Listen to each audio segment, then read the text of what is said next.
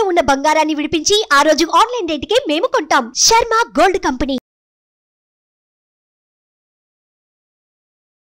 నమస్తే, welcome to Suman TV. నేను మీ యామ్ని. ప్రస్తుతం మనతో ఉన్నారు ప్రముఖ ఆధ్యాత్మికవేత్త, ప్రముఖ జ్యోతిష వాస్తు పండితులు సుభాష్ శర్మ గారు ఉన్నారు. గురుగారితో మనం మాట్లాడదాం. నమస్కారం గురుగారు. గురుగారు, మనం గత వీడియోలో చూసుకున్నట్లయితే కొన్ని రాశులకి క్రోధినామ సంవత్సరంలో రాజయోగం పెట్టే వాటి గురించి తెలుసుకున్నాం కదండి. ఇప్పుడు మధ్యస్థ ఫలితాలు ఉన్న రాశుల గురించి తెలియచేయండి. తప్పకుండా తెలియజేస్తానమ్మా. ముందుగా ప్రేక్షకులందరికీ శ్రీమాత్రే నమః, శ్రీ గురుభ్యో నమః. నమో దేవ్యై మహాదేవ్యై శివాయై సతతం నమః. నమ ప్రకృత్యై భద్రాయై నిహతాం ప్రణతాస్మిత. మధ్యమ ఫలితాలు ఉన్నటువంటి రాశులలో కనుక చూసుకుంటే మిథున రాశి మధ్యమ ఫలితమే, అలాగే సింహరాశి మధ్యమ ఫలితము, అలాగే తులారాశి మధ్యమ ఫలితము, అలాగే కుంభరాశి మధ్యమ ఫలితము. ఈ 4 రాశుల వారికి ఈ సంవత్సరం క్రోధినామ సంవత్సరంలో మధ్యమ ఫలితాలు ఉంటాయి. మధ్యము మీన్స్ అర్థం ఏంటి అంటే వాళ్లకు జనాలకు అర్థమయ్యేటటువంటి థియరీలో చెప్పాలి అంటే కనుక జీవితంలో ఇప్పుడున్నటువంటి ఈ సిచ్యువేషన్లో క్రోధినామ సంవత్సరంలో అనుకున్నటువంటి ఇమాజినేషన్స్కి మనం అందలేకపోతాము, అనుకున్నటువంటివన్నీ సాధించలేకపోతాము. మనం ఏదైతే చెయ్యాలి అని అనుకుంటున్నామో ఆ పర్ఫెక్షన్లో పనులన్నీ డిలే కావడము, ఆలస్యం కావడము, ఇబ్బందులు జరగడము, ఆటంకాలు ఎదురవ్వడము, ఇలాంటివి జరుగుతూ ఉంటాయి. అలాగే ఆర్థిక వ్యవహారాదులు అంటే ఫైనాన్షియల్ విషయంలోకి వస్తే కనుక డబ్బులు అధికంగా ఖర్చు కావడము, వృధా ఖర్చు కావడము, అనవసరంగా ప్రయాణాలు చేయడము, హాస్పిటల్స్కి ఎక్కువగా ఖర్చు కావడము, లేదా సంపాదించిందంతా ఏదో ఒక రూపకంగా ఖర్చు అయిపోవడము, లేదు అంటే ఆస్తులను అమ్ముకునేటటువంటి వ్యవహారాదులు జరగడము, ఇలాంటివి ఎక్కువగా జరిగే అవకాశం ఈ 4 రాశుల వారికి ఏర్పడబోతుంది. కనుక ఈ 4 రాశుల వారు ఎవరైతే ఉన్నారో వాళ్ళు ముఖ్యంగా దేవతా ఆరాధన ఎక్కువగా చేసుకోవాలి. వారు తప్పకుండా వారాహి అమ్మవారి యొక్క యజ్ఞయాగాదులు అనేటటువంటివి చేసుకోవాలి. ఈ క్రోధినామ సంవత్సరంలో వాళ్ళకు అగ్రినెస్ ఎక్కువగా పెరిగిపోతూ ఉంటుంది. అలాగే కుటుంబ వ్యవహారాదులో చిక్కులు, చికాకులు, ఇబ్బందులు, అకాల భోజనము చేయుట, ఇంటికి ఆలస్యంగా వచ్చుట, అలాగే పరస్త్రీ వ్యామోహము, అలాగే ఇతరులతో స్నేహ సంబంధాలు పెరిగిపోవుట, మద్యము, జూదము లాంటి వ్యసనాల పాలు అయిపోవుట, ఇలాంటివి ఎక్కువగా జరిగే అవకాశం ఈ క్రోధినామ సంవత్సరంలో ఏర్పడేటటువంటి అవకాశము వాళ్ళ జాతకంలో ఏర్పడుతుంది. కనుక కాస్త జాగ్రత్తగా ఉండే ప్రయత్నం చేసుకోవాలి. ముఖ్యంగా అయితే మిథున రాశి వారికి ఖర్చులు అధికంగా ఉంటాయి. ఈ క్రోధినామ సంవత్సరంలో మిథున రాశి వారికి ఖర్చులు అధికంగా అయిపోతూ ఉంటాయి, సంపాదన తక్కువగా ఉంటుంది, ఖర్చులు పెరుగుతూ ఉంటాయి, ఇంట్లో సమస్యల భారం పెరుగుతూ ఉంటుంది, ఇంట్లో ఆర్థిక వ్యవహారాదుల ఇబ్బందులు పెరిగిపోతుంటాయి, కుటుంబంలో సమస్యలు పెరిగిపోతూ ఉంటాయి, చీటికి మాటికి గొడవలు పడుతూ ఉంటారు, కోపము ఆవేశం అధికంగా వచ్చే అవకాశాలు మిథున రాశి వారి యొక్క జాతకంలో ఏర్పడుతూ ఉంటాయి. అలాగే తదుపరి రాశి సింహరాశి.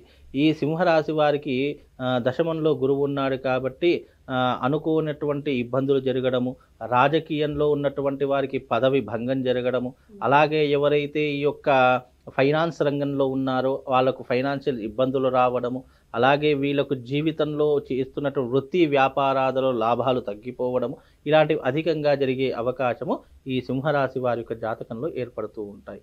కనుక సింహరాశి వారు వారాహి అమ్మవారి యొక్క యాగం చేసుకోవాలి. అలాగే తదుపరి రాశి వచ్చేసి తులారాశి. తులారాశి వారికి అష్టమ గురువు సంచారం చేస్తూ ఉన్నాడు. అష్టమ గురువు అనేటటువంటి స్థానం కనుక చూసుకున్నట్టయితే అష్ట కష్టాలు తప్పవు అని అర్థము. అంటే వీళ్ళకు ఏది చేసినా జీవితంలో సాటిస్ఫాక్షన్ లేనటువంటి జీవితము.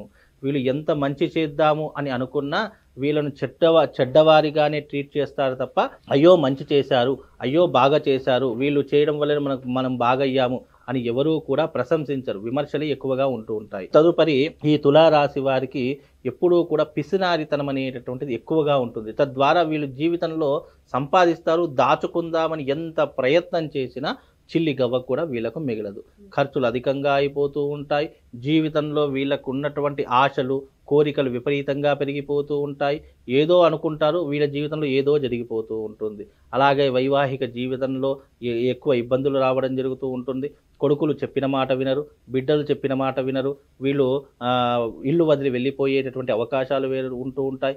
అలాగే పెళ్ళైనటువంటి వారు, కొత్తగా పెళ్ళైనటువంటి వారు, తులారాశి వారు ఎవరైతే ఉన్నారో వేరే కాపురం పెట్టడం కానీ, వేరే ఊరికి వెళ్ళిపోవడం కానీ ఇలాంటి ఎక్కువగా జరిగే అవకాశము ఈ యొక్క అష్టమ గురువు ద్వారా ఏర్పడుతూ ఉంటాయి. ఖర్చులు విపరీతంగా పెరుగుతాయి. కాబట్టి డబ్బు విషయంలో చాలా జాగ్రత్తగా ఉండాలి. ఎవరితో పడితే వాళ్ళతో గొడవ అస్సలు పడకూడదు. మనమేంటో మన పనేంటో తెలుసుకొని రావాల్సి ఉంటుంది. అలాగే ఈ యొక్క తులారాశి వారు కూడా తప్పకుండా వారాహి అమ్మవారి యొక్క యాగము తప్పకుండా ఆచరణ చేసుకోవాలి. ఇక తదుపరి రాశి కుంభరాశి. ఈ కుంభరాశి వారికి జన్మస్థాహ శని ఉన్నాడు.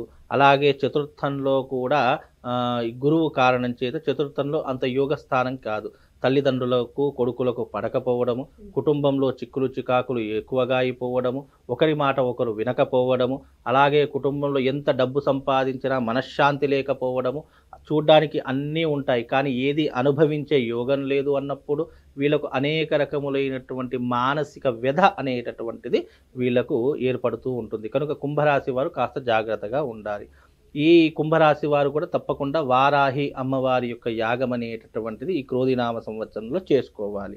ఈ 4 రాశుల వారు తప్పకుండా ఈ క్రోధినామ సంవత్సరంలో మధ్యమ ఫలితాలు ఉన్నాయి కాబట్టి, అంతగా వీళ్ళకు యోగం బాగాలేదు కాబట్టి క్రోధినామ సంవత్సరంలో వారాహి అమ్మవారి యొక్క యాగం చేసుకుంటే ప్రత్యేకంగా తప్పకుండా చేయించుకుంటే కొద్దిగా మెరుగు, అంటే గుడ్డిలో మెల్ల అన్నట్టుగా మనకు ఏదో ఒక రకంగా అదృష్ట యోగం అనేటటువంటిది అవకాశం వస్తుంది.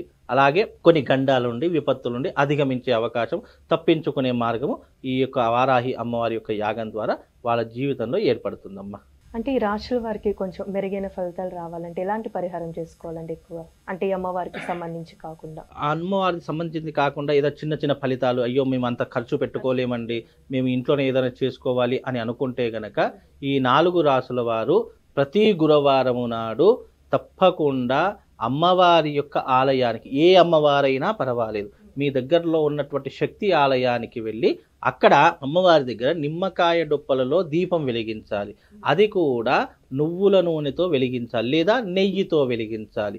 ఇలా ఈ సంవత్సర కాలం అంతా ప్రతి గురువారం వచ్చిందంటే చాలు, నూనె డొప్పలలో నిమ్మకాయలు తీసుకొని వెళ్ళి అక్కడ రసానంతా పిండేసి ఆ నూనె, ఆ నిమ్మకాయ డొప్పలు నూనె వేసి వత్తులు వేసి అమ్మవారి యొక్క నామస్మరణ చేసుకుంటూ ఆ దీపాన్ని వెలిగిస్తే వాళ్ళకు ఉన్నటువంటి దారిద్ర్యాలు కొంతవరకు తొలగిపోయే అవకాశం ఉంటుంది. అది క్రోధినామ సంవత్సరం మొత్తం ఆచరిస్తూ ఉండాలి. అలా చేస్తే వాళ్ళకు ఏదో ఒక ఇబ్బందులు తొలగిపోయే అవకాశం, వాటిని అధిగమించే అవకాశం ఆ తల్లి జగన్మాతే చూసుకుంటుందమ్మా. చాలా చక్కగా తెలియజేస్తారండి, ధన్యవాదాలు. శ్రీమాత్రే.